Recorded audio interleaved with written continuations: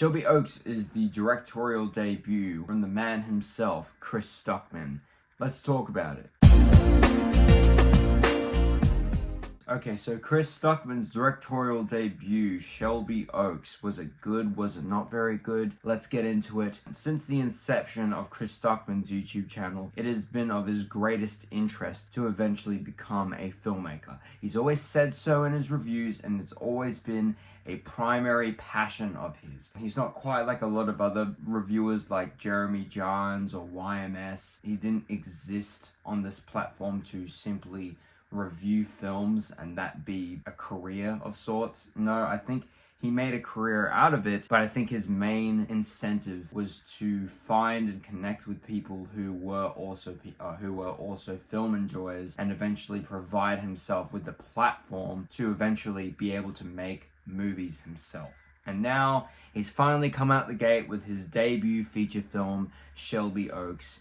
And genuinely, I thought, regardless of how I feel about this film, it is an honor to be in the cinema watching a film written and directed by Chris Stuckmann. I have looked up to this man basically since I was a kid. He's definitely been a great inspiration to me. Enough about Chris Stuckmann, let's get into the film itself. The first 20 minutes of this film were pretty, I don't want to say unconventional, because I think a lot of films have done what Shelby Oaks is trying to do. The first 20 minutes specifically take more of a found footage, documentary style approach to filmmaking, and this was something that honestly I could have had throughout the entire movie, because I found that format of filmmaking legitimately interesting. Looking at old YouTube was pretty nostalgic and pretty fun. It very much just showcased the importance of Chris Stuckmann's career on YouTube and just how important he was during the early 2010s. And sort of seeing the film tackling this kind of old-fashioned YouTube aesthetic was genuinely very interesting. And so the rest of the film is not quite the same. And that is absolutely okay. This film wasn't really trying to be a found footage film the entire time. It's just that it does have a lot of found footage influence that we see throughout the film. And right off the bat, I think that the first 20 minutes set the tone pretty well. We know the basic idea of what's going to happen in the narrative. We are kept in this mystery the entire time, and I think Chris Stuckmann is actually pretty good at setting up that mystery. Now, when it comes to the rest of the film and how much it lives up to those first 20 minutes, unfortunately, it doesn't really. And I say this with all my heart and all my love and respect for Chris Stuckmann, but the rest of this film was not it, unfortunately. I wanted it to be, and I think throughout the entire movie there were certain segments where I was really hoping that the film would just lock in and just do something interesting. But a lot of this movie is the protagonist walking around with a flashlight in abandoned buildings and forests, and it feels clunky. Clunky is probably the best word for it, because I think what Chris Stuckmann wanted to do was he wanted to fit in a slow burning narrative within 90 minutes. But the problem with that is that the first 20 minutes of the movie is the opening exposition. And there's also found footage. And while it does set up the mystery well, the atmosphere itself is quite lackluster, because in the first 20 minutes, the film doesn't provide itself with any freedom to actually give you that atmosphere. It doesn't lure you in to an atmosphere or the world that this film is trying to establish. No, it's actually very jarring. It's extremely jarring. From scene to scene, I was kind of thinking, we're here now? When this film reached its climax, I was legitimately like, what? How has this film already reached its climax? I swear we're only in like the first 30 minutes. But it's because of those first 20 minutes that the rest of this film is incredibly rushed in pacing. It's simply trying to get from place to place as fast and as quickly and as swiftly as possible, all while trying to maintain a genuine sense of tension and atmosphere. Chris Stuckmann is clearly trying to build an atmosphere through tension and a slow burning narrative. But the thing is, the way to create a slow burning narrative is not to have a crazy tonal switch in the first 20 minutes of the movie, of which I've seen a lot of people are praising it. I myself personally couldn't really take it seriously. There's a specific thing that happens that initiates this tonal shift, and while on paper it does look very good, the filmmaking of this scene was pretty hilarious in my opinion. The editing, the music, the slow motion, it was kind of hilarious if I'm being completely honest with you. And honestly, I think from that point I did have kind of an iffy feeling about the movie going forward, which unfortunately I was right to feel, because the rest of this film was extremely rushed. It didn't feel too polished. The script, I understand that it has been in the works for a long time, so it is a passion project of Chris Stuckmann's. But unfortunately, he was trying to make a 90-minute film. You cannot fit so much exposition, a slow-burning narrative feature film, in 90 minutes.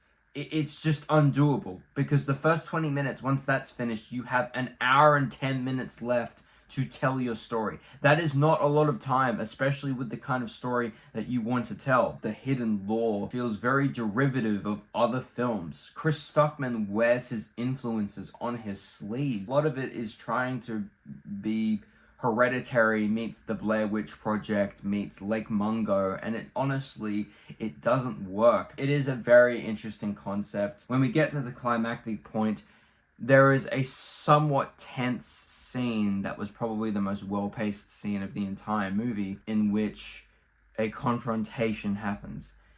Now, when this happens, while I wasn't scared or even on the edge of my seat, I could genuinely feel that Chris Stuckmann was trying to plant us in this scene. And honestly, it felt like the most well done scene of the entire movie, aside from the opening 20 minutes, which were actually pretty decent. But I think, honestly, what's keeping this movie from being legitimately good is its very strength, which is its first 20 minutes. I feel like this film could have honestly been like a really good mockumentary styled film with found footage, or forget it entirely or intersperse it throughout the movie. But 90 minutes is not a good enough runtime to be spending your first 20 minutes with this format. I could tell he was legitimately enjoying it, but you kind of have to realize at a certain point, it's taking up time from your movie. Criticisms aside, I kind of wanted to address a bit of an elephant in the room regarding Chris Stuckmann and regarding his reputation as of recent. Now, it seems as though recently, as he has stopped reviewing movies properly, including bad movies, he has gotten a lot of backlash. There was a review last year of Madam Web that he posted, in which he said that he was kind of refusing to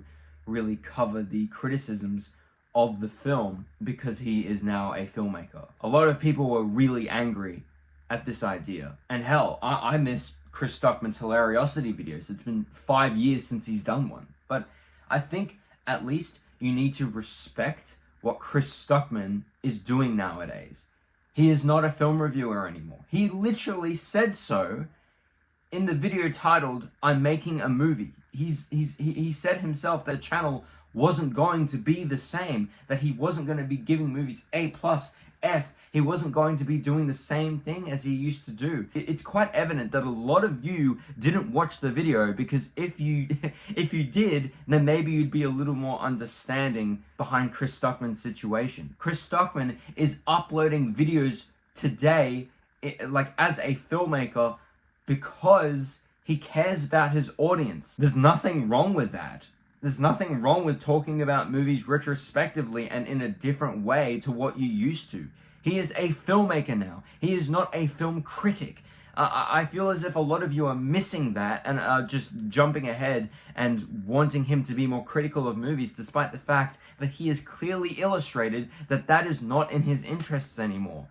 If you want that version of Chris Stuckmann so bad, then maybe go back and watch his older videos, or just go away and stop watching his videos entirely, because he doesn't plan to change that, and he has outlined that he doesn't want to make videos the way he used to. He is in a different stage of his life. He is a filmmaker, he is a father, he is a husband. He is in a completely different stage of his life, and a lot of you trying to drag him back down to where he used to be is honestly quite disgraceful. It's being nostalgia blind, because Chris Stuckmann is not the Chris Stuckmann that you once knew. He is not the same Chris Stuckmann that you knew from like 20 years ago. He has changed, and honestly, we all should change with him, because we're older now. We're at different stages of our lives. If we cannot accept that Chris Stuckmann has evolved from this point, then it is us who is the problem, not him. It is not him who is the problem. He is not a film critic anymore. Get it in your heads. It's quite stubborn to actually just say it is your job as a film critic to be honest about every film. It's like he is not a critic anymore. And honestly, the thing that is even more disgraceful is the fact that a lot of you have gone in to Shelby Oaks wanting to hate it because he won't review Madam Web and give it an F as he probably would have years ago. Who cares? If you're really that hung up on watching a movie, paying for a ticket, paying $20 to go see a movie because you want to hate it, does that not look incredibly dumb on your part? If any of you are watching this review and still agree that Chris Stuckmann is evading his responsibilities as a critic, open your eyes, man. He's not a critic anymore. He's a filmmaker, all right? That is what he's always wanted to do. That is always what he has used his platform to try to get closer to. He tried to use the platform to get closer to film as an art form. Meanwhile, a lot of you other film critics are using it to tarnish a lot of films. I myself pick apart movies. I'm a film reviewer, it's what I do. But I can at least respect the time and effort that has been put into wanting to make a movie. And that is ultimately what Chris Stuckmann has done. He has made a film. None of you have made a movie. The reason I started my channel, AltTakes, was to potentially talk more positives about films, even the films that I don't like. Movies that I have given a 2 out of 10, I've listed a lot of positives about, because I do believe that behind those 2 out of 10 movies were filmmakers who actually put a lot of effort and heart into what they made. So can we just stop with the negativity? It's so infectious somehow that a lot of people tend to feed off negativity instead of positivity. We relish in seeing other people's downfalls. We relish in the fact that Chris Stuckmann has made a movie that, yeah, isn't very good, but it's his first movie. A lot of your favorite filmmakers made a pretty not very good first movie, preying on someone's downfall like that and paying $20 to see it. This is his first film. There's a good chance that he's gonna get better and better with each film that he makes. He's a filmmaker. That's just what they do. Anyways, Shelby Oaks, aside from a lot of my criticisms, there are strengths. And I think Stuckmann's direction, the cinematography, there are a lot of good moments. There are some moments where I feel like he took advantage of the sets that he had. Some of the lighting, some of the uses of fog and obscured light were genuinely eerie and quite beautiful to look at. The cinematography of this film doesn't look cheap. It's pretty professional looking, and strangely enough, it actually looks like a Mike Flanagan film, who obviously co-produced this film. And can I just say how wonderful that is, that a filmmaker that Chris Stuckmann has adored has been supporting his film. That is a genuinely heartwarming moment. So when it comes to this film's production value, when it comes to the film's makeup and special effects, the film is absolutely fantastic in that sense. It looks eerie. It looks atmospheric. But what I feel like Chris Stuckmann could have done better is he could have written the film better. And he could have directed the film better. When it comes to the chase sequences, it could have been a lot better. When there's chasings happening, usually you don't have the shot be static because you're like, what? Usually you want to feel like you're running with the characters. And I think that's something that Chris Stuckmann didn't really do very well. Some of the shots didn't really translate too well. But yeah, conceptually, I can see why this film would work. It's just that I think a little more originality would be better. One more thing I want to get out of the way The ending. It was not very good. It was pretty funny, actually. I was kind of laughing because I was like, I know what he was trying to do. But if you're going to have an ending like that, you got to know how to do it properly, and you got to know how to actually set the scene. Because if you show a little too much, it's gonna look funny. I could think of a version in my head to make the ending better, and it would be more of a revelation than a crazy action sequence. It was a little bit awkward as it is. So yeah, while Shelby Oaks definitely left a lot of room for improvement, I think that Chris Stuckmann can healthily look back at what this film did right and what this film could have done better, and make his film, whether being an action, sci-fi, thriller, horror, whatever is in store for Chris Stuckmann next, he could genuinely evolve from the weaknesses of Shelby Oaks.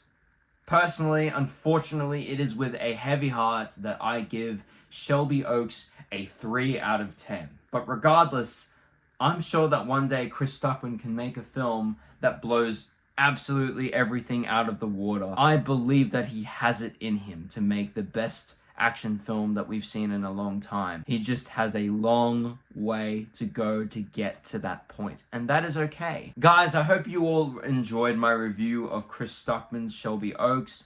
It is honestly kind of unreal to be reviewing a Chris Stuckmann movie, but I personally am quite proud of him, and I hope that a lot of you can share that with me.